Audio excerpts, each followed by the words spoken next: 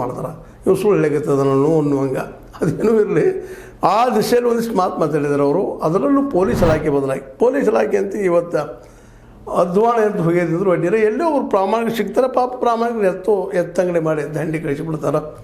ಹೀಗಾಗಿ ಕೇವಲ ಈ ನಮ್ಮ ಪೊಲೀಸ್ ಇಲಾಖೆ ಅಂದ್ರೆ ಏನಪ್ಪ ಅಂದ್ರೆ ಆಯಾ MLAಗಳ ಗುಲಾಮರಪ್ಪ.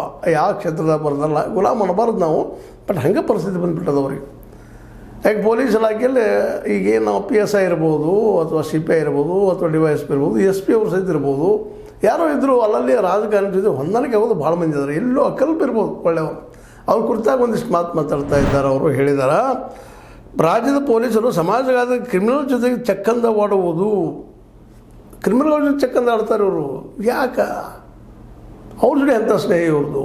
ಭಾಳ ಜನ ಇದ್ದಾರೆ ಅಂತ ಹೇಳ್ತಾರೆ. ಎಲ್ಲರೂ ಅಂತಲ್ಲ, ಭಾಳ ಜನ ಇದ್ದಾರೆ. ಅವ್ರು ಹೇಳ್ತಾ ಇದ್ದಾರೆ ಜೊತೆ ಚಕ್ಕಂದ ಆಡೋದು, ರಾಜಕಾರಣಿಗಳ ಚೇಲಾಗಳಾಗಿ ವರ್ತಿಸೋದು. ಭಾಳ ಕಠೋರವಾಗಿ ಮಾತಾಡ್ತಾ ಇದ್ದಾರೆ ಅವರು. ರಾಜಕಾರಣಿಗಳ ಚೇಲ ಈ ಪೊಲೀಸ್ ಇಲಾಖೆಯವರು ಯಾಕೆ ಆಗ್ತಾ ಇದ್ದಾರಪ್ಪ ಹೇಳೋರು. ಜಸ್ಟ್ ಆರಂಭದಲ್ಲಿ ನಿಮಗೆ MLAಗಳ ಚೇಲ ಅವ್ರು ಹೇಳಿದಂಗೆ ಹೆಂಗೆ ಕೇಳುವಂಥದ್ದು, ಅಥವಾ MP ಗಳ ಅಥವಾ ಉಸ್ತುವಾರಿಗಳ ಅವ್ರು ಹೆಂಗೆ ಹೇಳ್ತಾರೆ ಕೇಳ್ಕೊಂಡು ಹೋಗುವಂಥ ಪರಿಸ್ಥಿತಿ, ದುರಂತ ಪರಿಸ್ಥಿತಿ ಇವತ್ತು ಪೊಲೀಸರದಾಗ್ಯದ. ಸ್ವತಂತ್ರವಾದ ಮೀಡಿಯಾಗೆ ಬೇಕಾಗಿರುವುದು ಸ್ವತಂತ್ರ ಧ್ವನಿ. ಆ ಸ್ವತಂತ್ರ ಧ್ವನಿ ಉಳಿಸಲು ನೀವು ಮಾಡಬೇಕಾದದ್ದು ಇಷ್ಟೇ. ಅದೇನಪ್ಪಾ ಅಂತಂತಂದ್ರೆ ನಿಮ್ಮ ಕೈಲಾದಷ್ಟು ಸಹಾಯ ಈ ಚಾನಲ್ಗೆ ಮಾಡಿ ಹಾಗೂ ನಿಮ್ಮ ಧ್ವನಿಯನ್ನು ಕಾಪಾಡಿಕೊಳ್ಳಿ.